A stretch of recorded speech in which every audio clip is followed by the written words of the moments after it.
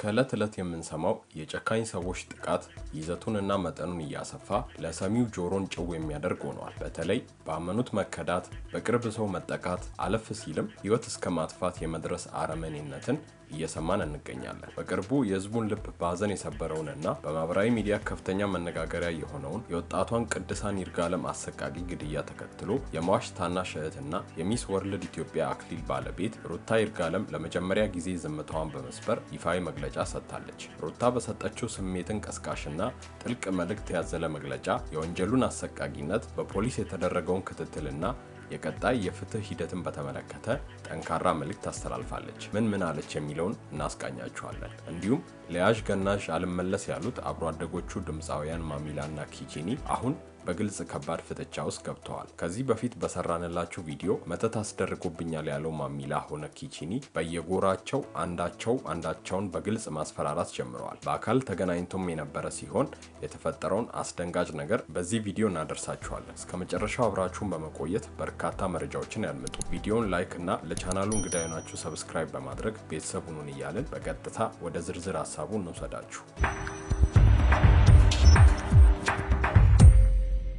የሟች ታናሽ እህትና የሚስ ወርልድ ኢትዮጵያ አክሊል ባለቤት ሩት ይርጋለም ለመጀመሪያ ጊዜ ዝምታዋን በመስበር ይፋዊ መግለጫ ሰጥታለች። ሩት በመግለጫዋ ዋነኛ ትኩረት ካደረገችባቸው ነጥቦች አንዱ የወንጀሉ ፈጻሚዎች ማንነትና በሟች ላይ የደረሰው የክህደት መጠን ነው። የግድያው ዋነኛ ተጠርጣሪዎች የሟች ቅድሳን እጅግ የቅርብ ጓደኛና የጓደኛዋ ፍቅረኛ መሆናቸውን ያረጋገጡት ሩት ድርጊቱን በቃላት ለመግለጽ የሚከብድ የጭካኔ ጥግ ስትል ኮንነዋለች። የቅርብ ሰው ይቅርና ወዳጅ የማንለው ጠላት የማያደርገውን ተግባር እህቴ ላይ ፈጽመዋል በማለት በቅርብ ወዳጅ የተፈጸመውን ይህንን አሰቃቂ ወንጀል በማህበረሰቡ ውስጥ ያለውን የመተማመን እሴት የሚንድ መሆኑን አብራርታለች። በወንጀሉ ዙሪያ ፖሊስ ያደረገውን ክትትል በተመለከተ ሩት ከፍተኛ አድናቆትና ምስጋናም አቅርባለች። የተጠርጣሪዎቹን ዱካ በመከታተል በቁጥጥር ስር ለማዋል የአዲስ አበባ ፖሊስ አባላት ያሳዩትን ከፍተኛ ቁርጠኝነትን መስክራለች። ልጆቹን ለመያዝ በተደረገ የተጠናከረ ስራ ሌሊትና ቀን ልብስ እንኳን ሳይቀይሩ ከኛ ጋር አብረው አይዟችሁ እያሉ ለሰሩት ስራ በጣም አመሰግናለሁ ስትል የጸጥታ አካላቱን የህዝብን ደህንነት ለማረጋገጥ ያደረጉትን ተጋድሎ አወድሳለች። የቅድሳን ሞት ከግለሰብና ከቤተሰብ ሀዘን ባለፈ አጠቃላይ የማህበረሰቡን የደህንነት ስጋት የሚያንጸባርቅ መሆኑን አበክራ ገልጻለች። ህብረተሰቡ በሀዘናቸው ጊዜ ከጎናቸው በመቆሙ ምስጋናውን አቅርባ ይህ የአንድ ሰው ጉዳይ ብቻ አይደለም፣ የአገር ጉዳይ ነው በማለት ወንጀሉን ሰፋ ባለ ሀገራዊና ማህበራዊ መነጽር እንዲታይ አድርጋለች። ዛሬ እኔ ቤት የመጣ ክፉ ሀዘን ነገ የናንተ ቤት ወይንም የማንኛውም ሰው ቤት እያንኳኳ እንዳይመጣ ትክክለኛው ፍትህ ሊሰጥ ይገባል በማለት ያስጠነቀቀችው ሩት የፍትህ ስርዓቱ በማያዳግም ሁኔታ ተገቢውን ቅጣት እንዲሰጥ አሳስባለች። በመጨረሻም መላው ህዝብና የሚመለከታቸው አካላት ጀስቲስ ፎር ቅዱሳን ወይንም ፍትህ ለቅዱሳን በሚል የፍትህ ጥያቄ ዙሪያ በመሰባሰብ ወንጀለኞቹ ትክክለኛውን ቅጣት እስኪያገኙ ድረስ ከጎናቸው እንዲቆሙ ጥሪዋን አቅርባለች። ይህ የሩት ይርጋለም መግለጫ በአገሪቱ ውስጥ እየተበራከተ የመጡትን አሰቃቂ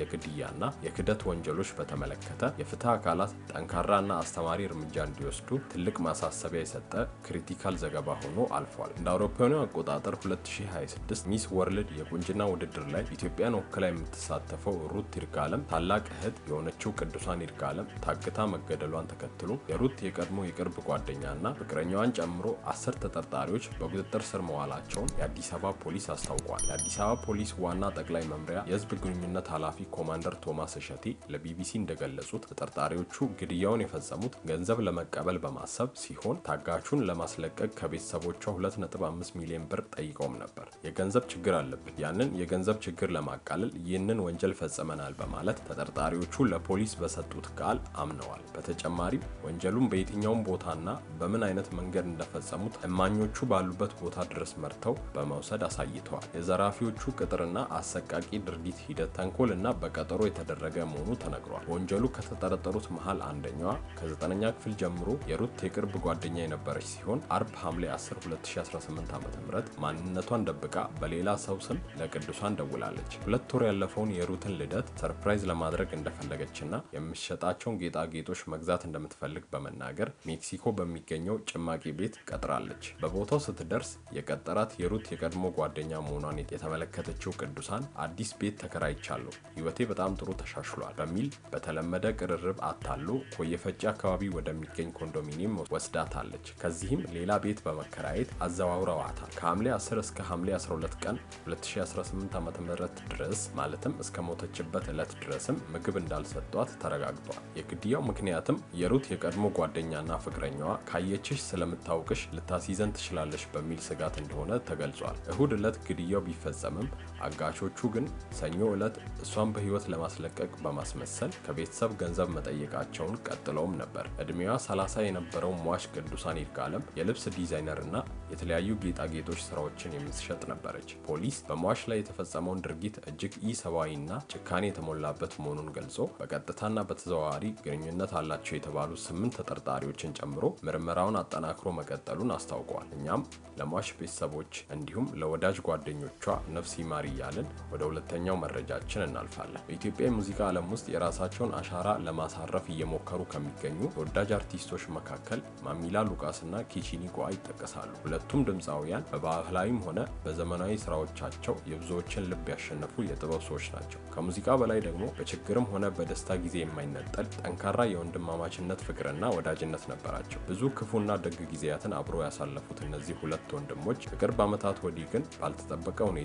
የከረረ ጸብ ውስጥ ገብተዋል። በየሚዲያው በኩል በሚሰጡት አስተያየት በወዳጅነታቸው መካከል የሆነ ነፋስ እንደገባ ሲነገር ተደምጧል። የሚያሳዝነው ደግሞ ከሰሞኑ የሁለቱ ሙዚቀኞች አለመግባባት ዳግም አገርሽቶ በይፋ ቃላት መወራወር ጀምረዋል። ማሚላ በግሉ የፌስቡክ ገጽ እንዲህ ብሏል። ያደረጉብንን ብንናገር ለቀብራቸው እንኳን ማንም ዝር አይልም የሚል ድባብ ያለውን ሐሳብ ሲያሰፈር፣ ኪቺኒ በበኩሉ ወንድ ሁን ሲል በነገር ወረፍ አድርጎታል። ማሚላና ኪቺኒ ለሀገራችን የሙዚቃ ኢንዱስትሪ በተለይም ለሲዳማና ለሐዋሳ ከተማ ያላቸው ቦታ ቀላል አይደለም። ከታላላቆቻቸው ድምፃውያን እንደነ ሰብለ መዝሙር ቀጥሎ ሐዋሳ ቤሌማ በሚል ድንቅ ስራቸው ሐዋሳን ያደመቁ የከተማዋ ህያው ምልክቶች ናቸው። በተጨማሪ ከብርሃኑ ተዘራ ጋር በጋራ የሰሩት ኤሌ ኤሌ አባና አዲስ አበባ የሚሉ ስራዎቻቸው መላ ሀገሪቱን ያናወጡበት የጥበብ አርበኝነታቸው ምስክር ነው። መንገዳቸው ቢለያይም እንኳን በተናጠል ምርጥ ስራዎችን ሲያበረክቱልን ቆይተዋል። ማሚላ እንደ ጊዜ የተሰኘ አልበሙን ሲያበረክትልን፣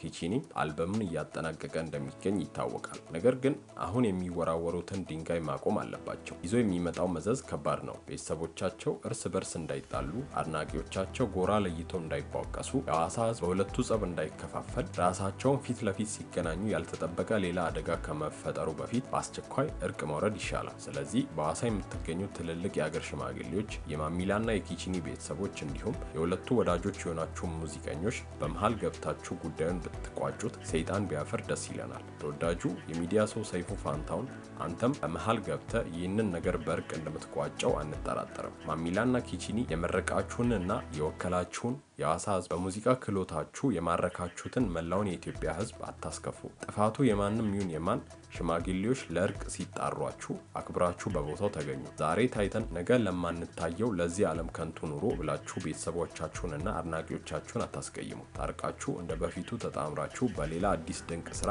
አብረናችሁ እንደምናገኛችሁ ትልቅ ተስፋ አለን እያለን የዛሬውን ቪዲዮ እዚህ ጋር እናበቃለን። በቀጣይ እስከምንገናኝ በሰላም ቆዩ።